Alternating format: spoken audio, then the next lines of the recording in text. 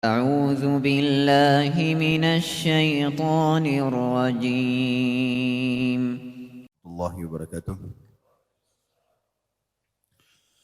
Alhamdulillah, selalu saja kita memuji Sang Pencipta Allah atas segala nikmat yang dilimpahkan kepada kita. Sebagai seorang muslim, kita sangat yakin bahwasanya Allah benar dengan janjinya. Dan Allah mengatakan dalam firman-Nya, "Innallaha la yukhliful mi'ad." Allah tidak akan pernah pungkiri janjinya. Sementara Dia telah menjanjikan, "La in syakartum la azidannakum wa la in kafartum inna 'adzabi lasyadid." Kalau seandainya kalian bersyukur, maka aku akan tambah, dan kalau kalian kufur, maka siksa aku amat pedih. Dan kalimat syukur itu diringkaskan di satu atau dua kata yang sangat mudah untuk diucapkan, yaitu Alhamdulillah. Maka jadilah orang yang selalu mengucapkan kalimat ini. Selanjutnya kita panjatkan salam hormat kita, salawat dan taslim kepada Nabi besar Muhammad sallallahu alaihi wasallam. Sebagaimana Allah telah perintahkan kita untuk mengucapkan, dan tentu karena mengejar janji Allah, yaitu dengan mengucapkan satu kali salam hormat akan dibalas dengan 10 kali tambahan rahmat. Melanjutkan pada buku kita, yaitu panduan lengkap nikah dari A sampai Z yang ditulis oleh Abu Malik Usama bin Kamal bin Abdul Raziq. Dan kita masih di poin-poin tentang manfaat menikah itu sendiri. Jadi selain dia adalah perintah Allah Subhanahu wa taala, kita sudah membahas kurang lebih 6 poin pada pertemuan yang sebelumnya. Yang ketujuh, yang sekarang kita akan bahas adalah manfaat menikah. Nabi SAW menganjurkan suami istri agar melakukan aktivitas seksual guna memperoleh keturunan dan menikah dengan gadis. Tentu khusus poin ini maksudnya adalah kalau mau menikah, maka bagi laki-laki dia memprioritaskan menikah dengan gadis. Beda dengan perempuan, perempuan itu bebas saja, dia mau nikah sama bujang, dia mau nikah sama duda, dia mau terima laki-laki dengan poligami, itu semua dibolehkan. Bahkan di dalam alam laki-laki ini, makin dewasa seorang laki-laki, maka tentu makin bermanfaat bagi si perempuan. Makin banyak pengalaman hidupnya, maka makin besar manfaatnya bagi si perempuan. Sebagaimana waktu Hafsah menjadi janda, maka Umar bin Khattab sebagai ayah keliling mencari siapa kira-kira yang layak menjadi suami bagi Hafsah. Maka dia mendatangi Uthman bin Affan yang pada saat itu radhiyallahu anhu majma'in sudah berumur.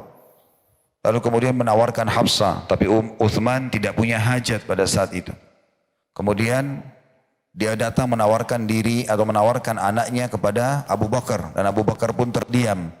Lalu Umar pulang lalu berdoa kepada Allah Subhanahu wa taala agar dikaruniakan untuk Hafsah suami yang saleh. Maka akhirnya setelah beberapa hari berdoa, datang lamaran Nabi SAW kepada Hafsah. Maka Umar pun gembira pada saat itu, dan di pernikahan Nabi SAW dengan Hafsah, karena tentu Nabi SAW adalah manusia terbaik, mengalahkan semua Bani Adam atau keturunan anak Adam termasuk para nabi-nabi. Maka Umar pun membisikkan, Abu Bakar membisikkan Umar sambil mengatakan, "Hai Umar, pada saat kau tawarkan Hafsah, bukan aku tidak ingin menikahinya, tetapi aku mendengar Nabi SAW sudah berulang kali menyebut-nyebut Hafsah. Dan Nabi tidak menyebutkan seorang wanita kecuali beliau minat untuk menikahinya. Maka aku tidak akan menikahi kecuali kalau Nabi SAW tidak menikahinya, maka aku pasti akan menikahinya." Tapi saksi bahasan kita, Umar bin Khattab radhiyallahu anhu bukan menawarkan Hafsah kepada orang-orang yang sebaya dengannya. Masih ada Abdullah bin Abbas, ya, ada Abdullah bin Mas'ud, ada Abdullah bin Amr bin As, banyak sahabat-sahabat, ya, Abdullah bin Zubair yang terkenal dengan kesolehan masih muda. Tapi Umar bin Khattab tidak tawarkan kepada mereka, karena memang di alam laki-laki ini makin ada pengalaman hidupnya, maka makin layak dia menjadi suami. Karena sudah pengalaman hidup, apalagi kalau sudah mapan dari segi akalnya, dari sisi ilmunya, pengalaman hidupnya, dari sisi materinya, maka jauh memudahkan bagi si wanita. Tapi khusus laki-laki dianjurkan kalau ada pilihan antara janda sama gadis, sunnah Nabi SAW dia mendahulukan gadis di sini. Karena gadis itu nanti kita akan lihat beberapa hadits menjelaskan mereka belum punya pengalaman hidup sebelumnya. Maka mereka jauh lebih dianggap tanda kutip setia kepada suaminya. Kalau janda tentu ada juga. Nabi SAW mencontohkan menikah dengan janda. Tetapi umumnya mereka punya pengalaman masa lalu. Nah, masa lalunya ini biasanya akan dibandingkan dengan keadaan suaminya sekarang. Kalau dia temukan suami sekarang lebih baik daripada suami yang lalu, maka dia akan bahagia. Tapi kalau dia temukan suami sekarang menurut dia lebih rendah atau lebih kurang daripada suaminya yang pertama, maka dia akan buat masalah. Dan karena dia sudah pernah jadi janda, maka tidak ada rasa takut untuk menjadi janda lagi. Akhirnya rumah tangga tanda kutip ada sedikit ancaman dalam masalah ini. Tentu kecuali yang Allah Subhanahu wa taala berikan ketakwaan, keimanan dari janda-janda yang mulia seperti kasus Khadijah radhiyallahu anha, istri pertama Nabi SAW, dan semua istri Nabi yang lain, Sofia, Hafsah, Juwairiyah, ya, kemudian semua ini adalah Ummu Salamah, Zainab binti Jahash, Juwairiyah binti Harith. Semua ini adalah janda-janda.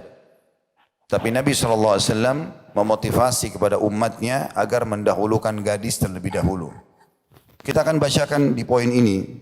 Imam Bukhari meriwayatkan dari Abu Hurairah radhiyallahu anhu, ia mengatakan Nabi Sulaiman bin Daud alaihi wassalatu wassalam berkata, aku benar-benar akan menggilir 70 istri pada malam ini, yang masing-masing istri akan melahirkan seorang mujahid yang berjihad di jalan Allah. Seorang sahabatnya berkata kepadanya, ucapkanlah insyaAllah. Tetapi Nabi Allah Sulaiman tidak mengucapkannya, dan tidak ada seorang pun dari mereka yang hamil kecuali satu orang. Lalu Nabi SAW menanggapi sambil mengatakan, seandainya dia, maksudnya Sulaiman alaihissalam, mengucapkan insyaAllah, maka niscaya mereka semua para istri itu akan melahirkan anak mujahid di jalan Allah. Hadis ini riwayat Bukhari nomor 3424.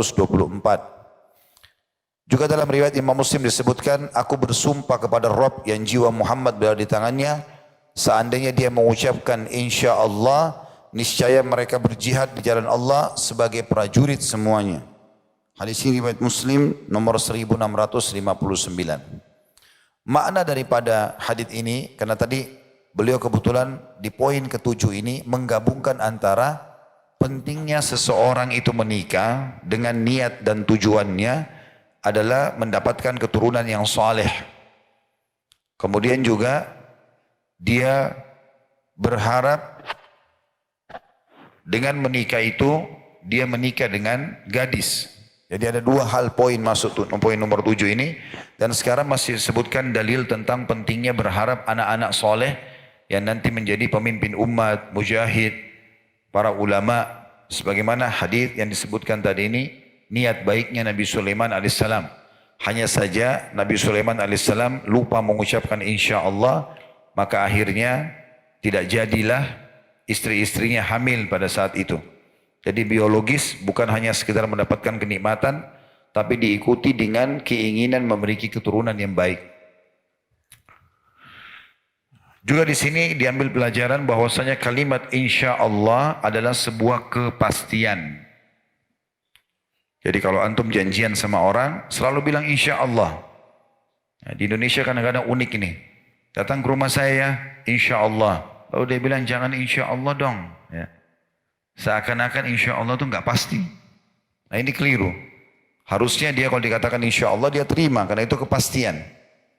Di sini Nabi SAW bersumpah atas nama Allah.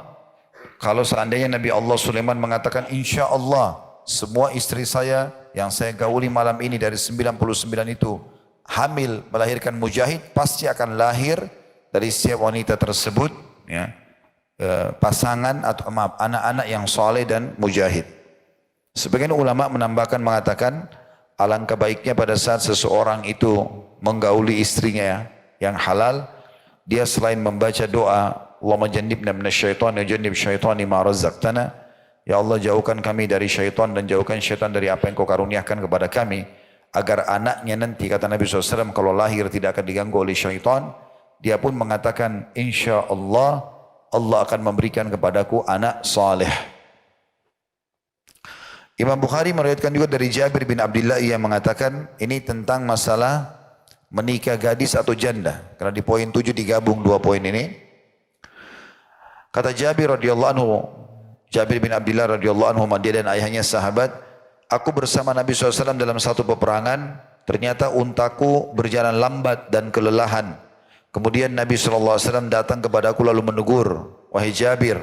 Aku mengatakan, iya. Maka beliau bertanya, ada apa denganmu? Kenapa kau telat nih? Maka aku menjawab, untaku berjalan lambat dan kelelahan sehingga aku tertinggal. Lalu beliau SAW turun untuk mengikatnya dengan tali, kemudian bersabda, naiklah. Aku pun naik. Sungguh aku ingin menahannya dari Rasulullah SAW. Beliau bertanya, apakah engkau sudah menikah? Aku menjawab, sudah. Lalu beliau SAW bertanya, gadis atau janda? Aku menjawab, janda. Lalu Nabi SAW bersabda, kebetulan di sini Jabir masih bujang dan dia menikah sama janda. Lalu Nabi SAW bertanya, mengapa tidak menikahi gadis saja sehingga engkau dapat bermain-main dengannya dan ia pun bermain-main denganmu. Jadi lebih mudah untuk bercanda, untuk riang, gembira. Karena dasarnya dia baru tahu ini suami pertamanya. Aku menjawab, sesungguhnya aku mempunyai saudara-saudara perempuan. Maka aku ingin menikahi seorang wanita yang bisa mengumpulkan mereka, menyisir rambut mereka, dan membimbing mereka. Beliau SAW bersabda, engkau akan datang, jika engkau datang maka demikian dan demikian. Maksudnya, nanti kau akan datang, datanglah ke rumahku, maka aku akan bayar untamu ini. Karena kebetulan Nabi SAW waktu itu membeli untahnya Jabir yang lemah tadi. Lalu beliau bertanya, apakah engkau akan menjual untahmu? Aku menjawab, iya. Lalu beliau membelinya dariku dengan 1 uqiyah atau ukurannya 1 ons perak. Kemudian Rasulullah SAW sampai sebelumku ke Madinah, sedangkan aku sampai pada pagi hari. Ketika kami datang ke masjid, aku menjumpai beliau di depan pintu masjid, lalu beliau bertanya, apakah sekarang engkau telah tiba? Apakah sekarang kau baru tiba? Aku menjawab, iya. Kata Nabi SAW, tinggalkan untamu lalu masuklah ke masjid, kemudian kerjakanlah solat 2 rakaat. Kemudian aku masuk lalu melaksanakan solat, kata Jabir. Setelah itu beliau memerintahkan Bilal agar membawakan 1 uqiyah kepadaku. Lalu Bilal menimbangnya dengan mantap dalam timbangan. Ketika aku pergi beliau mengatakan, panggillah Jabir kepadaku. Aku mengatakan, sekarang unta dikembalikan kepadaku padahal tidak ada sesuatu pun yang lebih aku benci daripada unta ini. Beliau SAW bersabda, ambillah untamu dan harga untukmu. Hadis riwayat Bukhari dan Muslim. Bukhari nomor 5079, Imam Muslim 711. Jadi sebenarnya di sini penulis coba menukil lengkap riwayat ya. Tapi saksi bahasan kita sebenarnya adalah pertanyaan Nabi SAW kepada Jabir bin Abdullah radhiyallahu anhu, apa kau sudah menikah? Dia mengatakan iya. Ditanya apakah gadis atau janda? Dia mengatakan janda.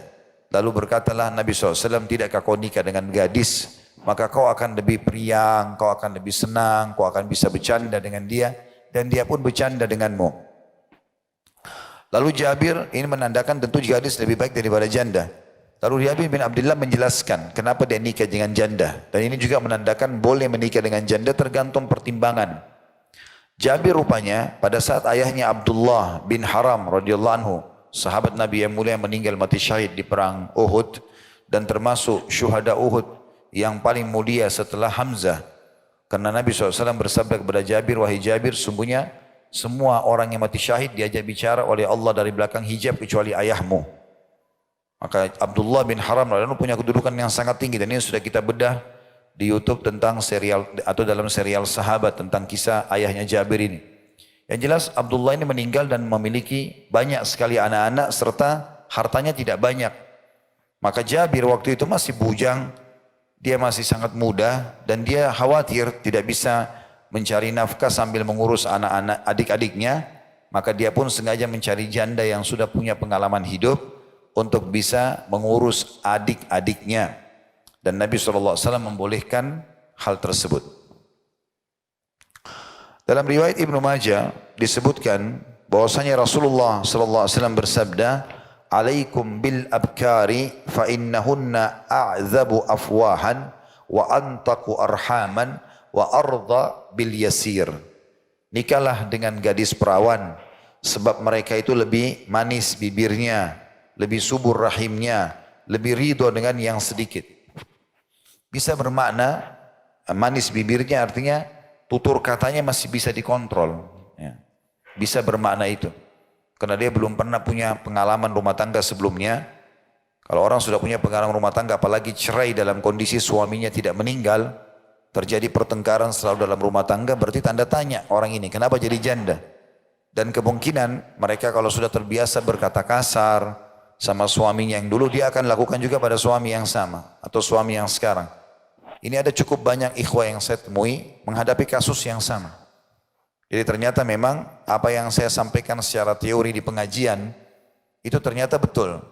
Bahwasanya menikah sama janda ini cukup banyak hal-hal yang mendatangkan resiko-resiko. Di antaranya resikonya itu adalah lisannya lebih tajam daripada orang-orang gadis. Seperti Nabi SAW sampaikan. Tentu ini bicara masalah global ya. Kalau ada di antara janda yang santun, yang ramah, terutama kalau yang memang mengabdi dengan suaminya sampai suaminya meninggal. Jadi janda karena suaminya meninggal, bukan karena pertengkaran. Maka itu insya Allah masih tertinggal akhlak-akhlak yang baik. Tapi kalau sudah cerai, umumnya ini lisannya seringkali tajam. Gitu kan? Karena dia sudah menganggap, ya sudah nggak cocok, sudah tinggalin saja saya, cerai saja dan seterusnya. Maka ini yang dimaksud dengan makna haditsnya, salah satu makna hadits ini.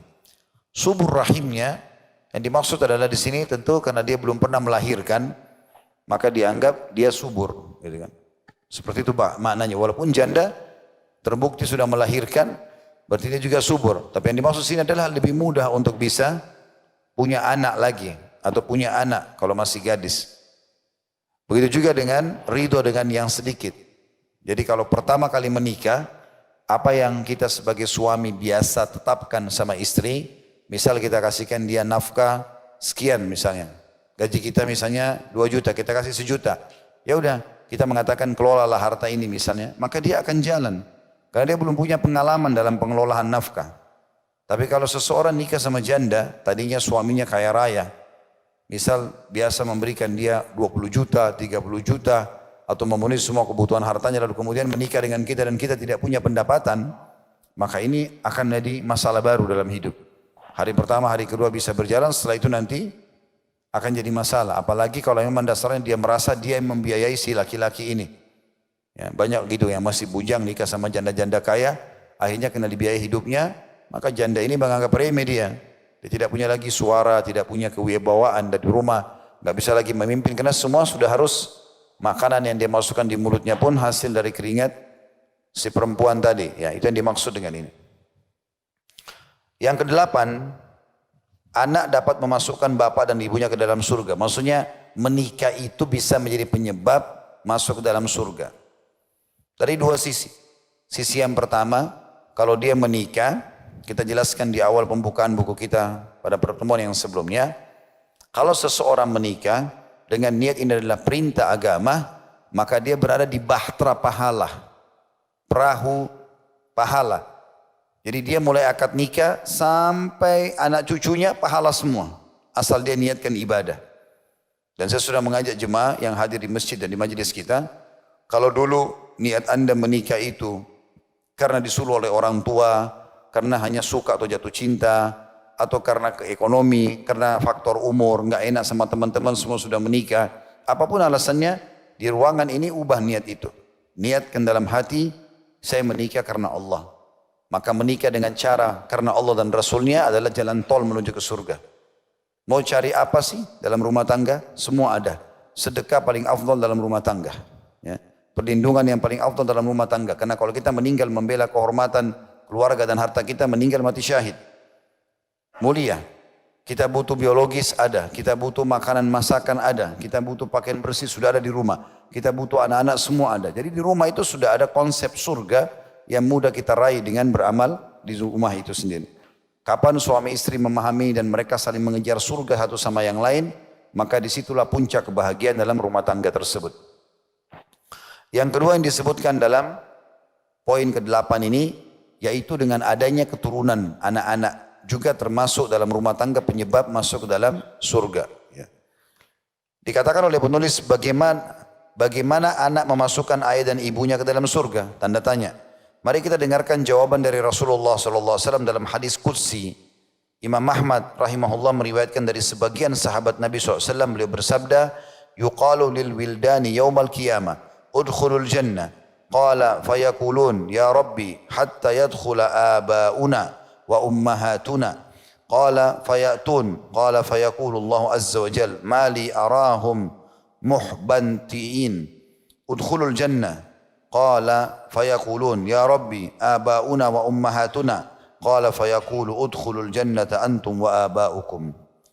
Diperintahkan kepada anak-anak yang meninggal sebelum balik pada hari kiamat agar masuk ke dalam surga.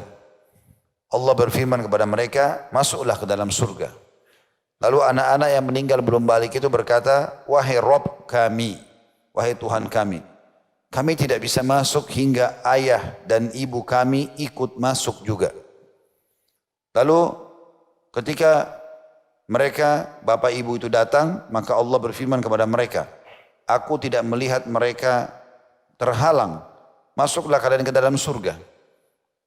Maka anak-anak itu masih mengatakan, wahai Rabb, bapak dan ibu kami. Maksudnya biarkan mereka masuk lebih dulu daripada kami. Maka Allah berfirman, masuklah ke dalam surga bersama orang tua kalian. Kata beliau, sebagian manusia memutuskan untuk beribadah dan menjadikan tanda kutip pendeta serta atau menjadi, saya ulangi, sebagian manusia memutuskan untuk beribadah dan menjadikan atau menjadi tanda kutip pendeta serta tidak menikah. Karena kan dalam konsep sebagian teman-teman kita Nasrani ini, kalau jadi pastor atau apa tidak menikah mereka. Dengan alasan bahwa semua ini dengan tidak menikah adalah taqarrub atau pendekatan diri kepada Allah. Kita sebutkan kepada mereka dua hadis berikut ini agar mereka mengetahui ajaran-ajaran Nabi SAW dan keharusan mengikuti sunnahnya pada apa yang disabdakannya. Inilah poin yang ke-9, tidak menikah karena memanfaatkan seluruh waktunya untuk beribadah adalah menyelisihi sunnah Nabi SAW. Kata beliau, wahai saudaraku yang beriman, engkau memutuskan untuk tidak menikah agar dapat mempergunakan seluruh waktu untuk beribadah adalah menyelisihi sunnah Nabi SAW. Sebab agama kita bukan agama tanda kutip kependetaan. Dan beliau SAW tidak merekomendasikan hal itu kepada kita. Dalam hadis yang diriwayatkan oleh Bukhari dari Anas bin Malik radhiyallahu anhu, ia menuturkan ada 3 orang yang datang ke rumah istri-istri Nabi SAW untuk bertanya tentang ibadah Nabi SAW. Kemudian mereka diberi kabar. Mereka seakan-akan merasa tidak berarti. Karena waktu itu saya pernah jelaskan ini ya. Aisyah yang menjawab radhiyallahu anha mengatakan, waktu ditanya apa yang Nabi SAW kerjakan di rumahnya, di luar rumah kami sudah tahu semua apa yang Nabi kerjakan. Maka Aisyah mengatakan, seperti laki-laki seseorang di antara kalian. Di rumah dia penuhi hajatnya sendiri, bahkan pernah menjahit sendalnya yang putus. Dan di waktu lowong yang lain dia membantu istrinya. Maka mereka para sahabat ini seakan-akan menganggap itu amal ya kurang dari pandangan mereka. Maksudnya mereka mau bukan amal Nabi kurang. Tapi mereka menganggap ingin amal yang lebih besar daripada itu. Mereka mengatakan, apa artinya kita dibandingkan Nabi SAW? Padahal Allah telah mengampuni dosa-dosanya yang telah lalu dan terkemuka. Maksudnya itu Nabi, walaupun begitu dalam amalnya membantu istrinya segala macam, tapi itu dia Nabi, artinya sudah pasti diampuni dosa-dosanya. Kita butuh amal yang lebih besar. Gitu. Salah seorang dari mereka lalu berkata, aku akan sholat malam selamanya, tidak mau tidur. Yang orang kedua mengatakan, aku akan berpuasa sepanjang masa dan tidak akan pernah berbuka. Yang ketiga, aku akan menjauhi wanita dan tidak akan menikah dengannya. Kemudian Rasulullah SAW datang dan bertanya, apakah kalian mengatakan demikian dan demikian? Demi Allah, sungguhnya aku yang paling takut kepada Allah dari kalian, artinya paling bertakwa. Tetapi aku berpuasa dan aku berbuka puasa, aku juga sholat malam dan aku tidur, serta aku menikahi wanita. Barang siapa yang membenci sunnahku, maka ia bukan termasuk golonganku. Nabi SAW juga menyetujui Salman Al-Farisi atas apa yang dikatakan kepada saudaranya Abu Darda radhiyallahu anhum ajma'in yang telah beristri Ummu Darda agar tidak menghabiskan waktunya untuk beribadah dan menjauhi istrinya, yaitu Ummu Darda radhiyallahu anha. Dia menceritakan kepada kita peristiwa yang terjadi. Al-Bukhari meriwayatkan dari Wahab ibn Abdullah radhiyallahu anhu, ia menuturkan Nabi SAW mempersaudarakan antara Salman dan Abu Darda. Ketika Salman mengunjungi Abu Darda, dia melihat Ummu Darda mubtazilah atau memakai baju apa adanya dan tidak memakai pakaian yang bagus. Lalu Salman berkata, bagaimana keadaanmu wahai Ummu Darda? Ia menjawab, saudaramu Abu Darda tidak membutuhkan dunia ini, yakni wanita. Dalam riwayat Ibnu Khuzaimah terdapat tambahan, ia berpuasa di siang hari dan sholat di malam hari. Kemudian Abu Darda datang, lalu Salman dibuatkan makanan. Makanlah karena aku sedang berpuasa, kata Abu Darda. Lalu Salman menjawab, aku tidak akan makan hingga engkau ikut makan. Abu Darda pun makan. Ketika malam datang, Abu Darda pergi untuk mengerjakan sholat. Salman berkata kepadanya, tidurlah. Ia pun tidur. Kemudian ia pergi untuk sholat. Maka Salman berkata kepadanya, tidurlah. Ketika pada akhir malam, sepertiga malam, Salman berkata, bangunlah sekarang. Lantas keduanya melakukan sholat bersama. Kemudian Salman bertanya kepadanya, atau berkata kepadanya, kepada sahabatnya Abu Darda, Rabbmu mempunyai hak atasmu. Dan kau boleh ibadah kepada Allah, dirimu mempunyai hak atas diri atasmu. Maksudnya kau butuh istirahat, butuh mandi, butuh makan, butuh minum, butuh pakaian yang bagus. Dan keluargamu, istri anakmu juga mempunyai hak atasmu. Oleh karenanya, berikanlah haknya kepada masing-masing pemiliknya. Kemudian Abu Darda mendatangi Nabi SAW untuk menceritakan hal tersebut. Maka beliau bersabda, Salman benar. Hadis ini diriwayatkan Bukhari nomor 1968. Al-Bukhari juga meriwayatkan dari Abdullah bin Amr bin As radhiyallahu anhu, ia menuturkan Rasulullah SAW bersabda, wahai Abdullah, aku diberi kabar, bukankah engkau selalu berpuasa di siang hari dan sholat pada malam hari? Aku menjawab, benar wahai Rasulullah. Maka beliau SAW bersabda, jangan engkau lakukan itu. Berpuasa dan berbukalah. Maksudnya kalau maksimal kau mau puasa jangan tiap hari. Sehari puasa, sehari tidak. Ini maksimal. Bangunlah pada malam hari dan tidurlah pada saat kau mengantuk. Sebab jasadmu mempunyai hak atasmu, matamu mempunyai hak atasmu, dan istrimu mempunyai hak atasmu. Jadi di sini teman-teman ada banyak orang dari dua sisi ya. Satu sisi dia tidak mau menikah karena menganggap dengan hadirnya wanita mengganggu keimanannya. Dia sibuk dengan kebutuhan-kebutuhannya sehingga dia anggap bukan ibadah. Dan ini terjawab karena bermuamalah dengan istri, makanan yang kita berikan, minuman yang kita berikan, ya, pakaian, tempat tinggal, segala macam adalah ibadah. Bahkan Nabi SAW mengatakan semua yang kau sedekahkan di jalan Allah ibadah. Sampai sepotong makanan yang kau masukkan ke dalam mulut istrimu. Ibadah. Dari sisi yang lain, juga ada orang-orang pada saat dia sudah pernah menikah, kemudian gagal. Misal, jadi duda, jadi janda, nggak mau nikah lagi. Kenapa? Trauma dengan masa lalu. Enggak, ini waswas syaitan. Belum tentu teman-teman kita gagal masa lalu, gagal lagi sekarang. Bisa saja sekarang justru yang lebih baik. Kan kita pada saat rumah tangga pertama, kalau kita benar, kita bersyukur kepada Allah SWT, tinggal cari. Kalau pasangan kita tidak benar lalu cerai, kita tinggal cari orang yang sejalan dengan kita dengan cara berdoa kepada Allah SWT, kita bersedekah, niat bertawassul agar Allah mudahkan jodoh yang baik. Kalau kita yang salah, jadikan bahan muhasabah, bertobat dan beristighfar, berharap nanti ke depannya kalau bisa rujuk sama mantan pasangannya rujuk, kalau tidak dia minta agar dia bisa memperbaiki keadaan dia di pasangan yang akan datang. Jadi enggak boleh orang tinggal dalam kondisi tidak berpasangan. Di dalam Islam ditekankan agar selalu punya pasangan. Ini sudah pernah kita jelaskan di awal pertemuan kita lalu ya. Itu dikuatkan dengan statement-statement ini di poin nomor 10. Berikut ini sebagian ucapan para sahabat dan tabi'in yang menganjurkan untuk menikah. Al-Bukhari meriwayatkan dari Sa'id bin Jubair bahwasanya Ibnu Abbas radhiyallahu anhu bertanya kepadaku, apakah engkau sudah menikah? Sa'id bin Jubair seorang ulama tabi'in yang masyhur. Maka dia mengatakan belum. Lalu Abdullah bin Abbas berkata kepadanya radhiyallahu anhu, menikahlah atau segeralah menikah karena sebaik-baik umat ini adalah yang paling banyak istrinya. Ini riwayat Bukhari nomor 5199. Dia harus punya istri. Tidak boleh orang tinggal tidak punya pasangan kecuali dia punya udzur syar'i. Dia punya penyakit, dia lagi tugas di tempat yang jauh. Tapi di tempat yang nyaman, yang tentram, kenapa enggak menikah? Kan sudah kita bahasakan. Kalau ada di antara antum sini yang bujang mengatakan, Ustaz, mahal maharnya di Jakarta. Bisa. Pergi ke kampung-kampung akhir. Nah, Datang ke kampung, pelosok-pelosok kampung. Banyak yang bisa nikah dengan ayam jago, bisa menikah dengan perangkat sholat, gitu kan. Banyak datang ke pesantren, datangi siapa, ustadz siapa, kiai siapa saja. Di sana bahasakan, saya mau menikah, gitu kan.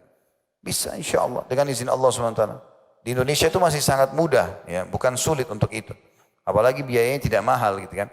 Selama kita modalnya beragama baik, maka orang terima menjadi anak mantunya. Seperti itulah.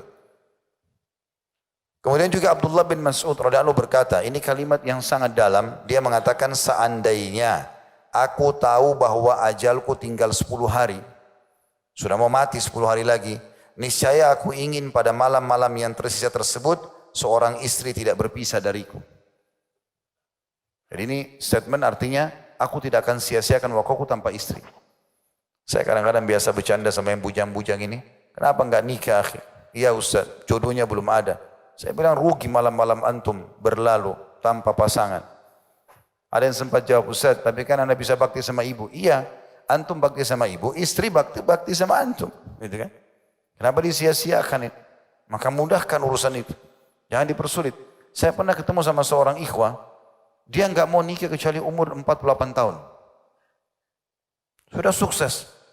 Kenapa akhi? Ya saya punya planning Ustaz. Apa planningnya? Planning saya adalah saya mau mapan dulu, sudah punya rumah, sudah punya mobil, usaha saya sudah jalan baru saya nikah. Baik, kalau antum meninggal sebelum itu, berarti antum kehilangan pahala menikah. Ya. Teman-teman, kalau kita punya kesempatan beramal soleh, jangan disia-siakan. Sehari saja itu, atau satu kesempatan ibadah, itu udah cukup pahalanya sangat besar. Renungi riwayat ini ya. Nggak ada dalam buku kita, tapi ada dalam riwayat yang lain. Ini hadis sahih. Berkata Talha bin Ubaidillah radhiyallahu anhu, telah datang 3 orang dari suku Udrah. Ada satu suku Arab namanya Udrah. 3 orang ini masuk Islam di tangan Nabi SAW. Lalu Nabi bilang kepada para sahabat, siapa yang mau menaungi 3 orang ini? Maka berkatalah pada saat itu, Talha saya ya Rasulullah. Maka tinggallah di rumah Talha. Lalu Nabi SAW berapa hari kemudian bentuk pasukan. Dari 3 orang ini, orang yang pertama ikut berjihad mati syahid. Berjalan waktu beberapa hari setelah itu, Nabi SAW bentuk lagi pasukan. Orang yang kedua ikut perang mati syahid juga. Kemudian beberapa hari kemudian, orang yang ketiga meninggal di atas ranjangnya. Tidak mati syahid. Lalu Nabi SAW didatangi oleh Talha. Rupanya Talha ini mimpi. 3 orang ini dalam mimpinya semuanya masuk surga. Tetapi uniknya yang mati di atas ranjang itu berada di barisan paling depan. Istananya paling bagus. Pahalanya melimpah. Lalu datang di belakangnya dia yang mati syahid yang kedua. Yang mati syahid pertama itu paling belakang. Maka Talha bingung dengan ini. Dalam pandangan dia yang mati syahid pertama pasti paling besar pahalanya. Lebih dulu mati kan gitu. Apalagi mati syahid. Dia tanya kepada Nabi SAW. Lalu Nabi SAW mengatakan, apa yang membuat kau heran hai Talha? Tidak ada sesuatu yang lebih baik dari karunia Allah dibandingkan seorang muslim yang dipanjangkan umurnya lalu sempat beribadah, sempat bertakbir, bertahlil dan bertasbih. Artinya, makna hadis ini kalau antum diberikan umur 1 hari, misalnya teman antum mati syahid kemarin, antum masih hidup 1 hari sekarang. Bertasbihnya antum, bertakbir dan bertahlil sekali saja, masih lebih afdal daripada orang yang sudah mati syahid kemarin. 1 kali beribadah, 1 hari. Itu mahal sekali. Dalam riwayat lain, ada 2 orang dipersaudarakan oleh Nabi SAW. Lalu yang satu mati syahid di medan perang, yang satu lagi mati di atas ranjang seminggu setelah itu. Maka sahabat-sahabat Nabi mensolati yang pertama mati syahid di medan perang, dan mensolati juga orang yang mati di atas ranjang. Tapi yang meninggal seminggu setelah temannya. Lalu kata Nabi SAW kepada para sahabat, bagaimana menurut kalian tentang orang yang mati sekarang di atas ranjangnya ini? Kata para sahabat, semoga Allah merahmatinya, semoga Allah mengampuni, dan semoga dia bisa bersama dengan sahabatnya mati syahid seminggu yang lalu. Kata Nabi SAW, bagaimana kalian bisa bedakan antara solatnya orang yang mati seminggu ini dengan orang yang mati syahid kemarin? Bagaimana kalian bisa membedakan antara puasanya dengan puasanya orang yang mati syahid? Dan seluruh amal-amal yang dia kerjakan dibandingkan orang mati syahid. Ketahuilah, orang yang mati di atas ranjang lebih besar pahalanya jarak perbedaan antara mereka berdua antara langit dan bumi. Karena umur yang 1 minggu itu saja. Maka maksimalkan dengan ibadah. selama Allah kasih umur, itu luar biasa. Minta Allah panjangkan umur dan dalam keadaan amal soleh. Amal soleh yang sangat baik adalah menikah. Gitu kan? Karena dengan menikah, dia memiliki istri rumah, dia berikan naungan, dia bayar listrik. Antum kalau bayar listrik bulanan, berarti selama sebulan penerangan di rumah, apapun istri pakai baca buku, pakai urus anak, pakai apa saja, pahala semua. Air yang dipakai, wudu, pakai masak, minyak goreng, semuanya, pahala itu. Nah itu tidak dipakai oleh bujang-bujang. Kasihan di kos-kosan sendirian. Untuk dirinya saja. Imam Ahmad ditanya, ini yang poin C-nya. Apakah seseorang diberi pahala bila mendatangi istrinya, sedangkan dia tidak memiliki syahwat? Dia lagi capek, lagi enggak mau. Sudah berjalan rumah tangga, lalu dia malas untuk biologis. Tapi sekarang kalau dia gauli istrinya, dalam kondisi dia lagi tidak ingin, cuma istrinya pengen. Apakah ada pahalanya? Kata Imam Ahmad, iya, demi Allah, pasti dapat pahala. Karena ia menginginkan anak, dia bisa dapat pahala dengan niat mau dapat anak. Atau dia bisa mengatakan, ini wanita masih muda, istri saya. Ini kewajiban saya, dia punya hak. Maka dengan itu dia akan diberikan pahala. Begitu juga Maisarah berkata, Taus berkata, Maisarah nama seseorang, Taus juga nama, ini julukan Taus ini. Seorang tabi'in yang masyhur. Taus itu burung merak ya. Orang ini karena sangat tampan, bersih, wangi dipanggil dengan Taus. Dia berkata, engkau benar-benar menikah. Jadi Taus ini ulama besar tabi'in berkata kepada Maisarah, orang yang ada sebagai muridnya dia lah, temannya dia. Dia mengatakan, engkau benar-benar harus menikah. Atau aku akan mengatakan kepadamu seperti apa yang dikatakan Umar kepada Abu Zawaid. Tidak ada yang menghalangimu untuk menikah kecuali kelemahan atau banyaknya dosa. Jadi kalau ada orang sengaja menunda-nunda pernikahan dia sementara dia sebenarnya mampu, maka ini menurut pandangan Umar bin Khattab adalah maksiat kepada Allah. Kenapa dia tunda? Untuk apa? Kenapa dia tidak mau dapatkan pahala, tidak mau dapatkan kenikmatan biologis, tidak mau dapatkan keturunan, sementara umur dia terbatas kan gitu. Umar bin Khattab sangat marah. Di antaranya beliau menegur Ibnu Zawaid tadi itu, dan Taus mengingatkan Maisarah dengan itu. Kalau kau tidak mau nikah, hai Maisarah, terus kau tunda-tunda pernikahanmu, maka langsung saja saya akan mengatakan kepadamu apa yang Umar katakan kepada Ibnu Zawaid, bahwasanya tidak ada yang menghalangi menikah kecuali karena kelemahan jiwamu, imanmu, atau memang kau berpenuh dengan dosa, kau penuh dengan kemaksiatan. Wahab ibn Munabbih berkata, bujangan itu seperti pohon di tanah gersang yang diombang-ambingkan angin, demikian dan demikian. Saya tidak tahu setelah statement ini bujang mau alasan apa lagi. Sungguh indah kata beliau ucapan seorang penyair. Renungkan ucapan orang yang mempunyai nasihat dan kasih sayang. Bersegeralah menikah. Maksudnya penyair ini mengatakan, mestinya kau kalau diberi nasihat hai para bujang, renungi baik-baik. Karena nasihat ini pasti penuh kasih sayang, yaitu nasihat bersegeralah menikah. Maka engkau akan mendapatkan kebanggaanmu. Ambillah dari tumbuhan yang merdeka lagi murni dan makmurkan rumahmu dengan takwa dan kebajikan. Maksudnya kalau kau nikah dengan wanita yang bebas, bukan seorang budak, dan juga bertakwa. Lalu makmurkan rumahmu setelah itu dengan ketakwaan. Ajak istrimu untuk ibadah, takwa kepada Allah dan kebajikan. Jangan terpedaya dengan kecantikan kalau kau pilih istri, karena ia menumbuhkan tumbuhan terburuk yang menampakkan kebinasaanmu.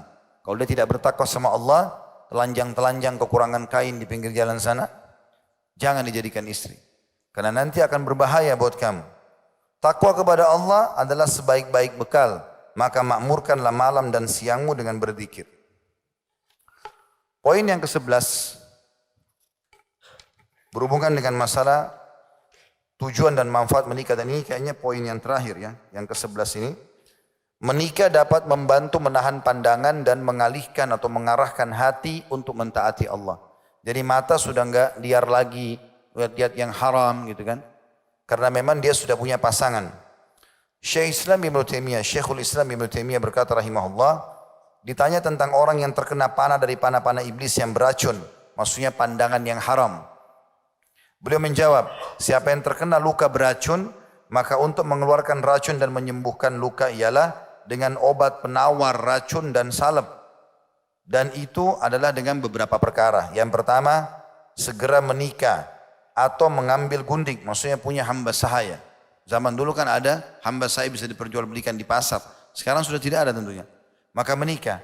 Karena Nabi SAW mengatakan, "Idza nadhara ahadukum ila mahasin imra'atin falyati ahla, fa inna ma ma'aha ma ma'aha." Jika salah seorang dari kalian melihat kecantikan seorang wanita dan dia tergoda, maka hendaklah ia mendatangi atau menggauli istrinya.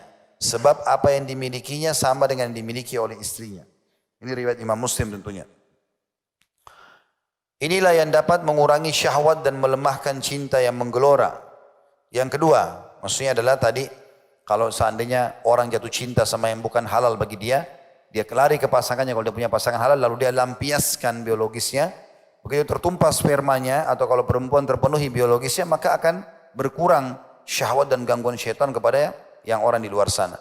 Tapi kapan dia menunda-nunda pernikahan, atau kalau sudah menikah seringkali syaitan membuat rumah tangga sering ribut, nah akhirnya membuat tidak terjadi biologis gitu kan.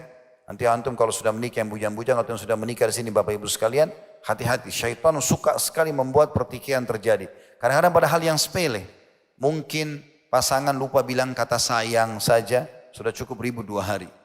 Mungkin pasangan lupa buat ini, lupa siapin pesanannya, maka sudah cukup untuk ribut sekian, dan ribut bahkan sampai pada tingkat mengucapkan kalimat akan cerai dan akan pisah gara-gara masalah ini. Memang kita tidak cocok, memang begini, memang begitu ya, maka ini semua waswas syaitan.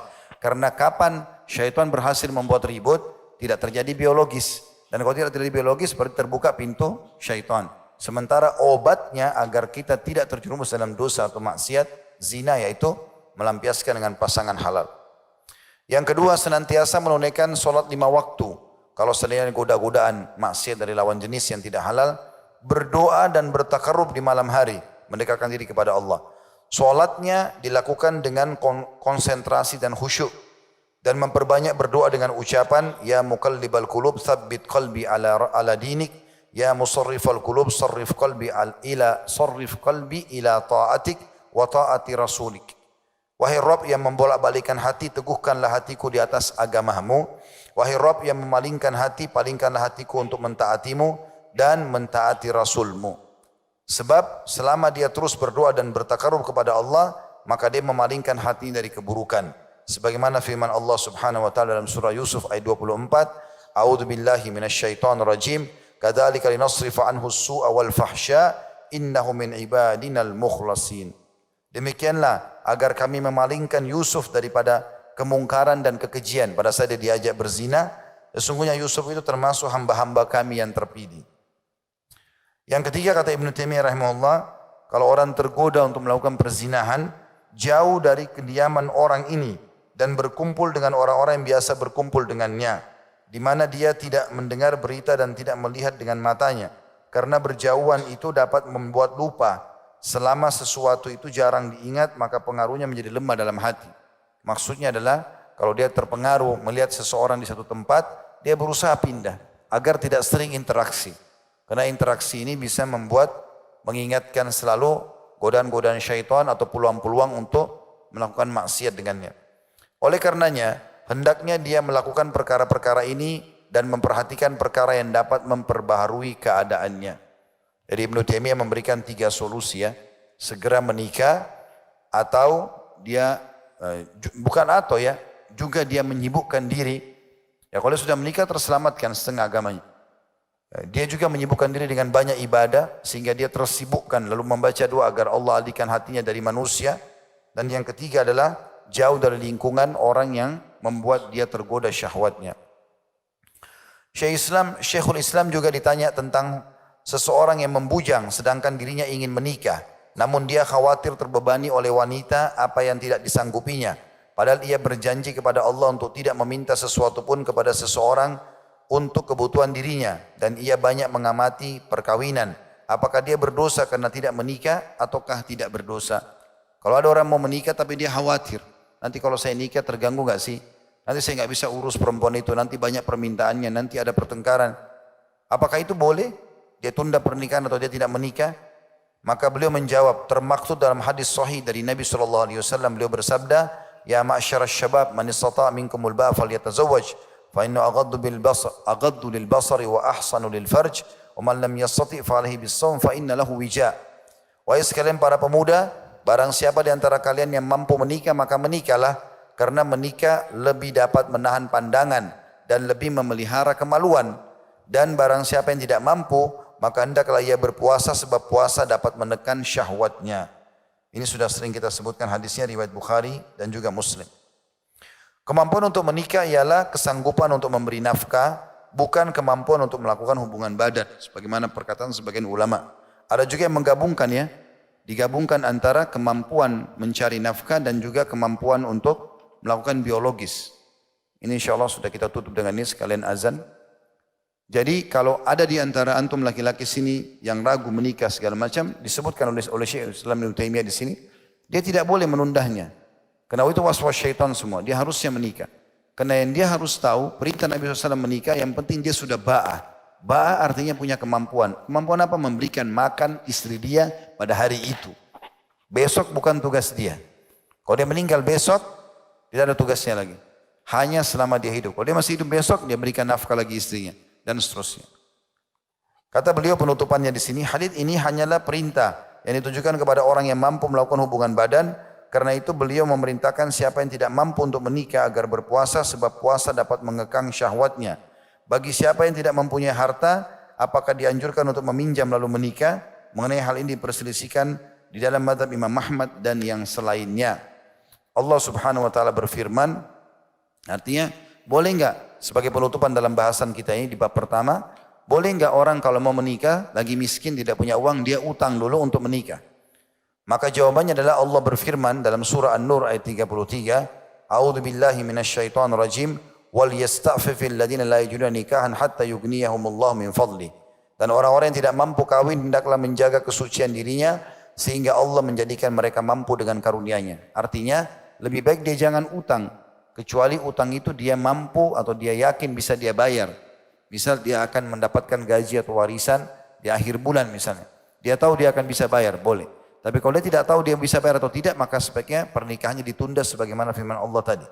Adapun laki-laki soleh adalah orang yang melakukan kewajibannya, baik hak Allah maupun hak-hak para hambanya. Maksudnya dari ayat ini diambil perintah atau jawaban kalau dia tidak mampu untuk melakukan pernikahan, ya, karena tidak punya kemampuan untuk membayar mahar dan seterusnya, maka di sini dan atau belum ada perempuan yang mau menerima dengan kadar mahar dia sebaiknya tidak berutang dan dia menunda pernikahannya sampai Allah memberikan kepada mereka kekayaan. Makna juga ayat ini adalah Allah akan berikan kekayaan selama dia berusaha untuk menjaga kesuciannya. Dia sabar beberapa hari, beberapa waktu Allah akan berikan kepada dia rezeki dengan izin Allah Subhanahu wa taala. Itu penutupan 11 poin daripada tujuan atau manfaat daripada pernikahan. Dan insyaallah pertemuan akan datang kita akan bahas bab kedua, pernikahan yang diharamkan. Seperti biasa insyaallah setelah ba'da isya kita akan buka pertanyaan. Subhanakallahumma bihamdika asyhadu an la ilaha illa anta astaghfiruka wa atubu ilaik. Wassalamualaikum warahmatullahi wabarakatuh. Fa inna ma'al usri yusra, inna ma'al usri yusra.